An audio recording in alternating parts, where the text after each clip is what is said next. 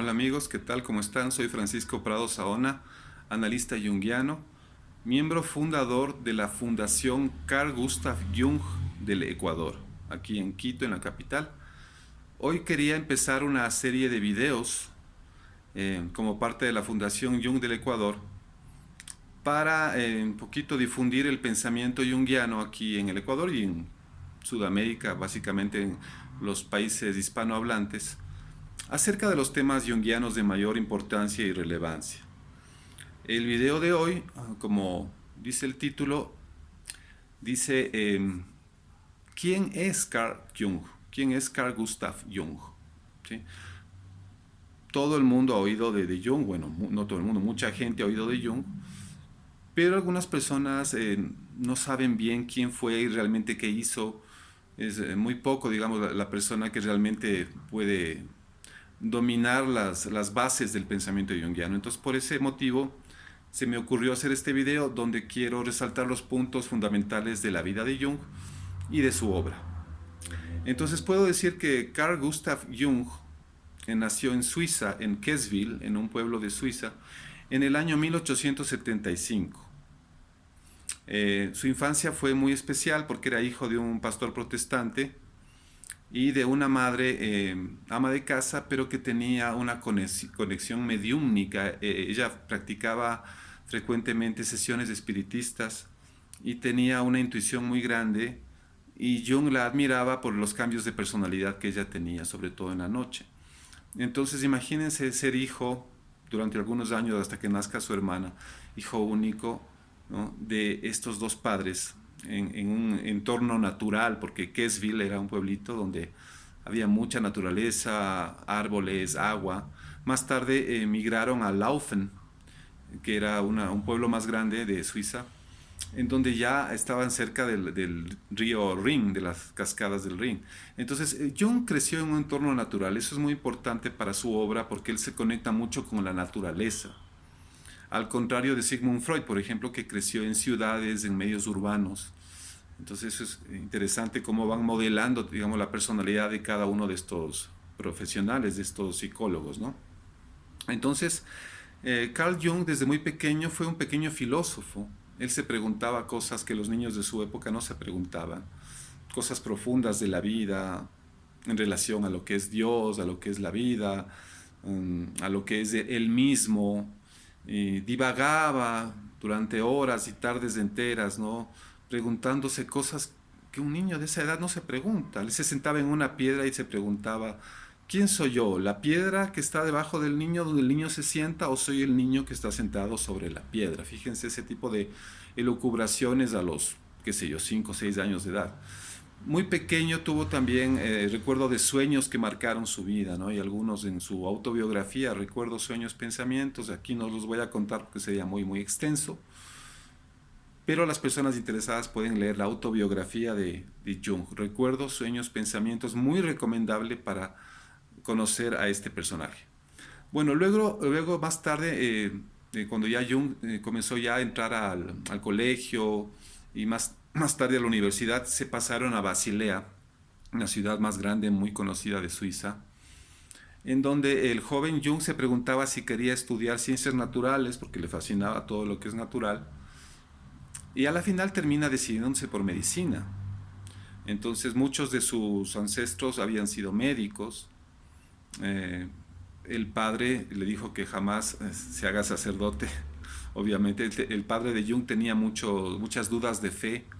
Eso le permitió que Jung no lo admire, porque era un hombre como muy atormentado por sus dudas, no tenía convicciones, ¿no? Alguna vez le dijo a Jung que no piense, sino que solo crea, que tenga solo fe, que no se pregunte. Y eso fue una decepción para Jung, porque como pequeño filósofo él quería preguntarse muchas cosas, ¿no? Jung también tuvo fantasías que le atormentaban muchísimo en su infancia, en su adolescencia, en relación sobre todo a la religión, ¿no? Sus fantasías cuestionaban los postulados, los dogmas religiosos. Jung siempre fue un buscador o un pionero, un innovador. Bueno, más tarde, como les digo, se dedica a la medicina y un libro le hace que se decida por la psiquiatría, cosa que no es bien vista por esa época. La psiquiatría no estaba muy desarrollada como ahora.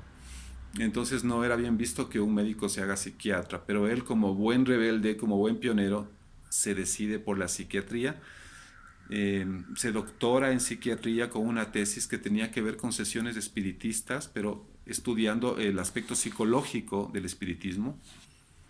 Y va a trabajar en la clínica psiquiátrica de Burgolsli, en las afueras de Zurich, en donde va a encontrar a su jefe, el famoso Eugen Bleuler, que es el creador de la palabra esquizofrenia, porque antes de Bleuler la esquizofrenia se llamaba demencia precoz. Entonces Jung pasa a ser el pupilo de Bleuler y más tarde ya con su genialidad llega a ser uno de los médicos ya más importantes de la clínica, ¿no? Jung aquí en esta clínica desarrolla su método de asociación de palabras, que tiene una parte psicológica y una parte fisiológica. Jung realmente comenzó a utilizar el detector de mentiras en esa época, es uno de los tal vez creadores de ese método, donde se detectaba las ondas respiratorias y también la electricidad en la piel, ¿no? Cuando una persona mentía, pues estas ondas se alteraban. Y junto con estos aparatos fisiológicos venía el test de asociación de palabras. Jung les leía 100 palabras a los pacientes y tenían que asociar con otra palabra. Entonces ahí detectaba la presencia de los complejos, que es un concepto fundamental de la psicología de Jung, el complejo, los complejos, que son, digamos así, conglomerados emocionales que están en lo inconsciente personal. Freud se acercó mucho también al término complejo, ¿no? El complejo de Edipo, recordemos. Pero para Jung los complejos eran como entidades interiores que tenían como vida propia, o sea, eran autónomos. Esto de la autonomía de los complejos es muy importante en psicología junguiana. Y detectaba los complejos con su test de asociación de palabras, donde había emoción, una emoción exagerada, donde se alteraba la piel, se alteraba la respiración, él detectaba la presencia de complejos. Jung fue galardonado, se hizo famoso en Estados Unidos y en Europa, primero por esto, ¿no? Incluso viajó con Freud a Estados Unidos, donde él expuso su teoría de los complejos. Bueno, más tarde viene ya la amistad entre Freud y Jung, que fue muy estrecha. Realmente Jung encontró en Freud un padre, tal vez el padre que no pudo admirar. Lo encontró primero en Bleuler, luego en Freud. Y juntos trabajaron algunos años en los albores del psicoanálisis, ¿no? Jung llegó a admirar muchísimo a Freud, pero también se dio cuenta de que él no estaba del todo de acuerdo con sus teorías. O sea, Jung tenía una visión más amplia de lo que es la psique, una visión más amplia de lo que es la energía psíquica, la libido, y tarde o temprano esa amistad tenía que afectarse por diferencias teóricas, ¿no? Freud no soportaba que su hijo predilecto, que era Jung, le cuestione y no respete la autoridad del gran padre que era Freud, ¿no? Entonces, en algún momento en sus escritos ya Jung comenzó a alejarse de las teorías freudianas y a cuestionarlas, y Freud no soportó eso. Freud era muy dogmático, él quería ser realmente el Moisés de la psicología profunda, y no soportaba que un discípulo suyo le cuestione y se vaya por otro camino, digamos así. Jung tomó el camino de la mitología, porque ya cuando descubre los complejos, esto es un contenido del inconsciente personal, individual. Pero luego ven sus pacientes psiquiátricos que tenían fantasías, sueños, delirios, que tenían que ver ya con materiales ya colectivos, mitológicos, que no se relacionaban con la vida personal de ese paciente. Por ejemplo, al ver ya caballos alados o mitologías cósmicas de creación, de que el sol puede crear el mundo, ese tipo de cosas ya no son contenidos personales. Entonces Jung se adentra con su libro Símbolos de Transformación, que es muy complicado, que lo editó en 1912, con Símbolos de Transformación, se adentra en la investigación de las fantasías de una paciente adolescente y hace esta equiparación, estos paralelos mitológicos, literarios, con la religión comparada, con la mitología comparada, y ahí descubre la existencia. Bueno, él no es el descubridor, porque ya los filósofos previos lo habían hecho, pero trae a la psicología el concepto de inconsciente colectivo y de arquetipos.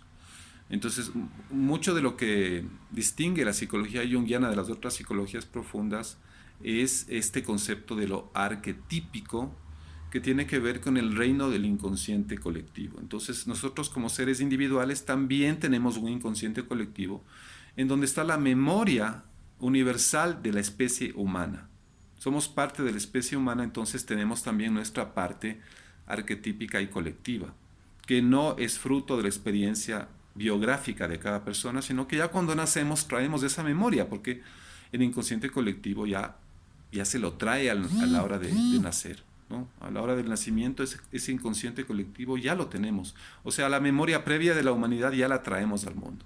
Entonces, el resto de su vida Jung se dedica a investigar este sustrato profundo del inconsciente colectivo, que es infinito, es como un océano vasto, dice él, que es como una gran sombra, en donde están estos arquetipos. Y luego descubre también que los complejos se construyen en base a un tema arquetípico. Por ejemplo, el complejo de inferioridad puede constelarse alrededor del tema arquetípico del niño, por ejemplo, o del bobo, o del tonto, que podemos reconocer en los cuentos de hadas, en la mitología, en la literatura y todo eso, ¿no? Entonces cada complejo tendría en su núcleo un arquetipo, un tema arquetípico, la culpa, qué sé yo, la madre, el padre, el niño, el poder, etcétera, tantos arquetipos como situaciones típicas. Hay miles de situaciones típicas en la vida, así decía Jung.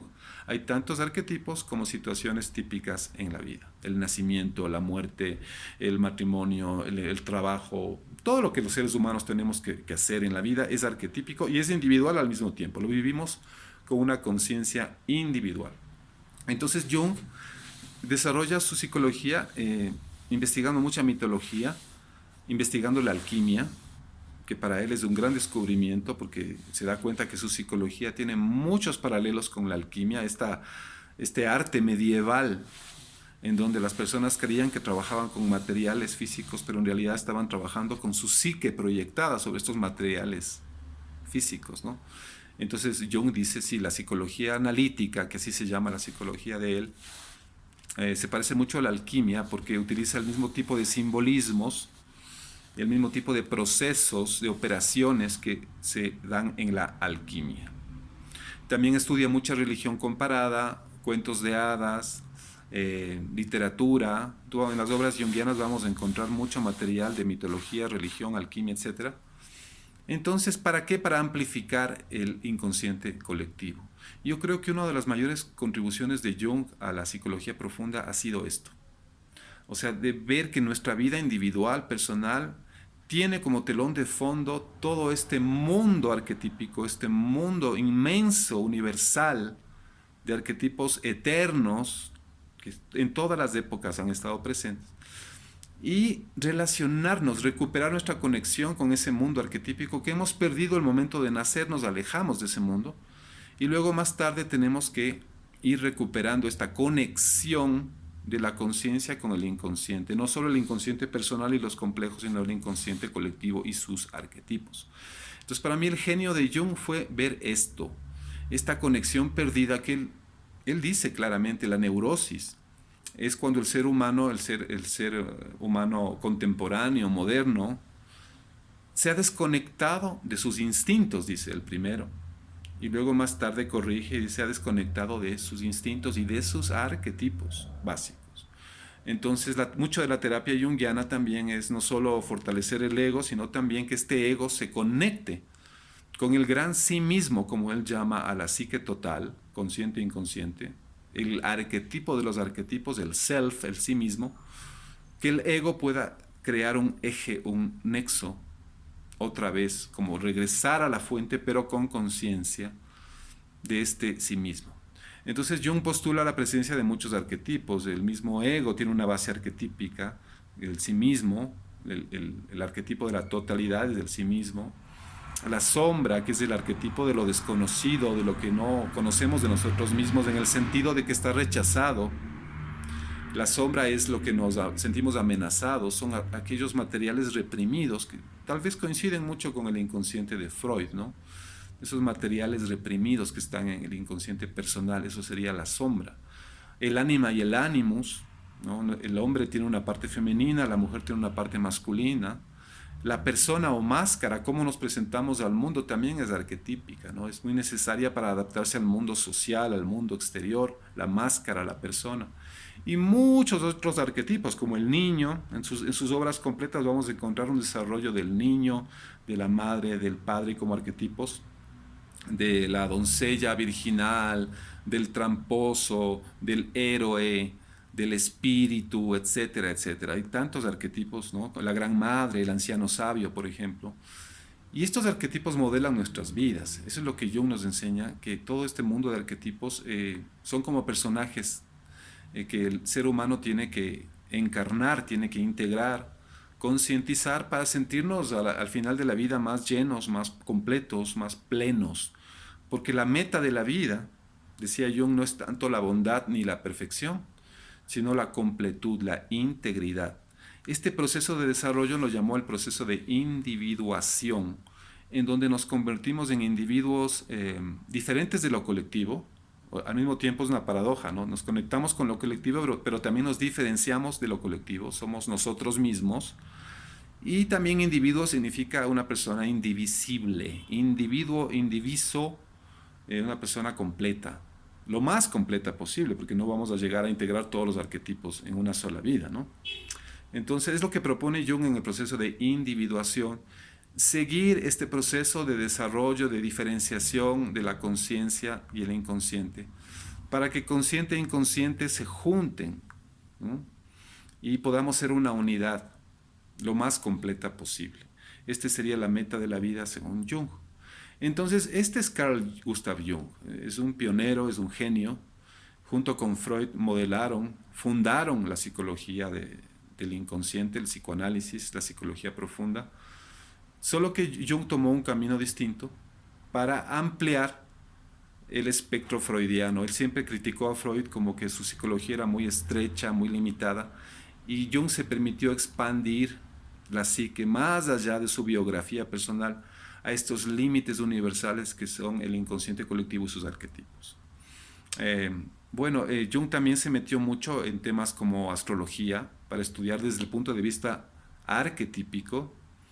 También se metió en el tema de la sincronicidad, que son temas ya un poquito más difíciles, ¿no? Porque se alejan de un poquito de lo psíquico, se van a lo psicoide, que es ya la relación entre la psique y el mundo exterior. Por ejemplo, en la sincronicidad podemos ver eso, ¿no? Las coincidencias significativas entre la psique y el mundo exterior, ¿no? Esas casualidades, esas coincidencias significativas que son muy importantes tomar en cuenta en la terapia y en la vida, ¿no? Cuando nos encontramos con personas que estamos pensando, cuando aparece una imagen de un sueño en la vida real. Para Jung era muy importante porque él trabajó incluso con un físico, con Wolfgang Pauli, que fue premio Nobel de Física. Juntos escribieron un libro sobre la sincronicidad. Entonces, Jung se metió en todo lo que pudo. Realmente su campo de investigación fue muy amplio y por eso se lo alaba y también por eso se lo critica, ¿no? A veces se dice que Jung se metió en mitología, en religión, que es una especie de místico, de profeta. El mismo Freud le criticaba eso, ¿no? Que un gran psiquiatra, un gran psicólogo, analista, se ha metido a profeta, a místico. Y esa es la crítica que permanece hasta el día de hoy en relación a Jung y a la psicología junguiana, que no es seria, que es esotérica, que es mística. Y yo les diría que no.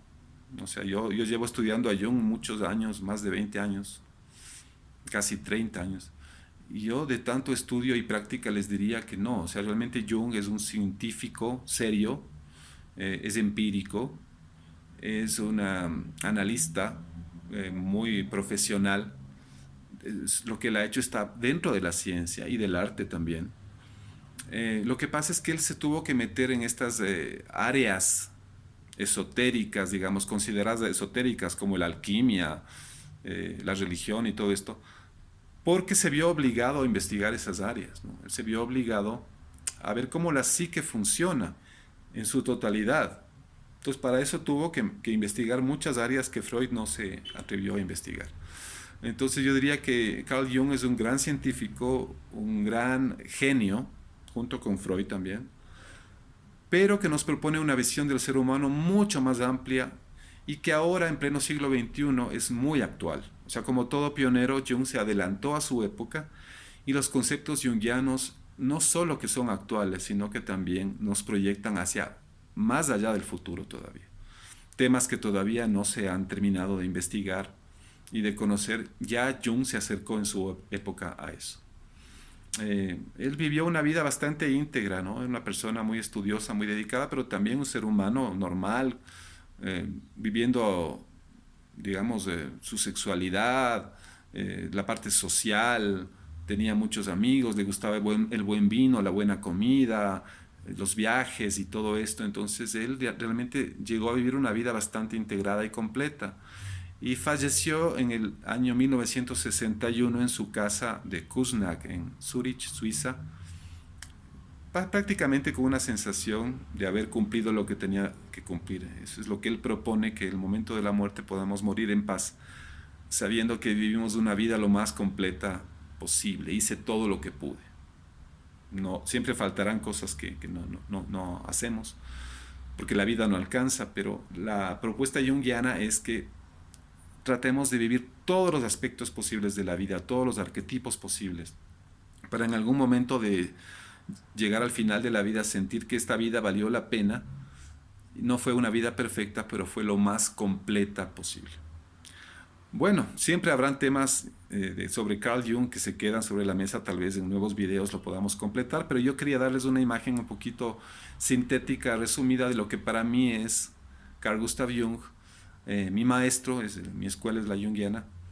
Y bueno, les invito a conocer a este personaje a través de sus libros, como les digo, su autobiografía, Recuerdos, Sueños, Pensamientos, y también les invito a buscar el libro El hombre y sus símbolos, escrito por Jung, un capítulo, y los 4 capítulos restantes por discípulos suyos, para acercarnos un poquito a la psicología de Carl Gustav Jung, muy importante ahora, no solo en el campo psicológico, psiquiátrico, sino también cultural, antropológico y espiritual. Bueno, muchas gracias por su atención. Un saludo desde Quito, desde la Fundación Carl Gustav Jung del Ecuador. Hasta la próxima. Chao.